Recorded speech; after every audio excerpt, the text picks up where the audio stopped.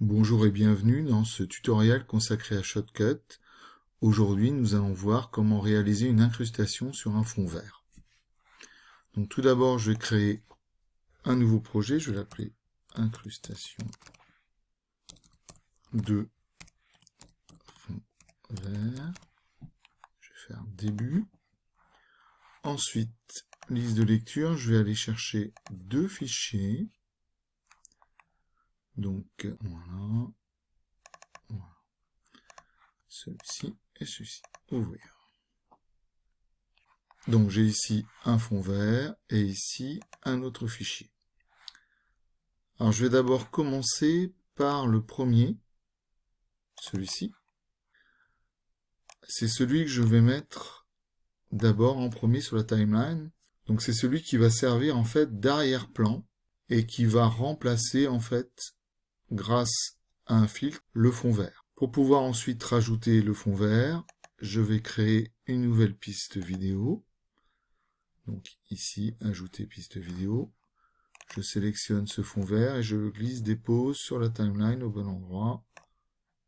Si je déplace ici la timeline, je m'aperçois que la vidéo d'arrière-plan est bien plus grande. Donc je la repositionne. Voilà. Donc, je m'aperçois aussi que ce fond-là, voilà, j'ai coupé le son, parce qu'il n'y a pas du tout besoin de son ici.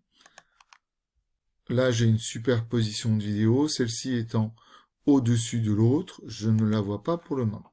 Donc, pour pouvoir supprimer mon fond vert, je vais donc utiliser un filtre. Donc, d'abord, je sélectionne la piste vidéo qui possède le fond vert, je fais filtre. Alors, j'en ai testé un certain nombre, plus vidéo. Donc celui qui me semble le plus efficace se nomme clé chromatique avancée. Donc une fois que je suis ici dans ces options, je vais d'abord choisir la couleur verte ici qui me semble la plus proche de l'élément. Alors clairement, on s'aperçoit tout de suite que, et ça c'est lié au défaut du fond vert que j'ai utilisé, qui est une sorte de rideau, donc avec des plis, donc là on voit tout de suite, et puis la couleur clairement n'est pas uniforme. Ensuite, je vais cocher teinte, chroma, intensité. Donc là on voit déjà qu'il y a pas mal d'éléments qui ont disparu. Je ne touche pas au delta de teinte, je vais augmenter un petit peu le delta de chroma. On voit qu'il y a des choses qui disparaissent, mais pas énormément. Alors je vous conseille de pas trop le faire, parce que le delta de chroma va rendre en fait le support translucide par la suite. Celui qui m'intéresse beaucoup plus, c'est le delta d'intensité, et c'est lui, voilà. Maintenant, je vais lire un petit peu la vidéo. Donc on voit bien le fond derrière. Donc ici, non, j'ai un personnage qui va arriver, en l'occurrence moi. Voilà. Alors là, j'ai fait ce qu'il ne fallait pas faire, normalement. Le pull que j'avais ce jour-là était quasiment de couleur verte. On ne le voit, semble-t-il, pas trop. Alors ce que je vais faire un petit zoom, mais vous voyez ici, il reste un léger liseré de fond vert. Donc pour l'enlever, je vais utiliser mon delta d'intensité. Je vais l'augmenter un tout petit peu.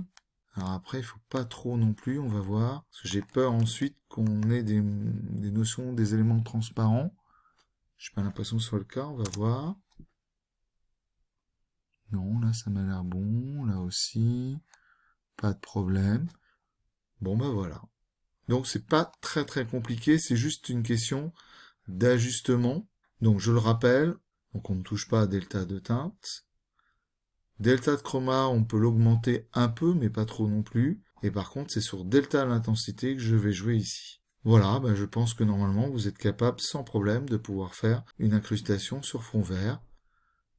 Bon courage et à bientôt pour un nouveau tutoriel sur Shotcut.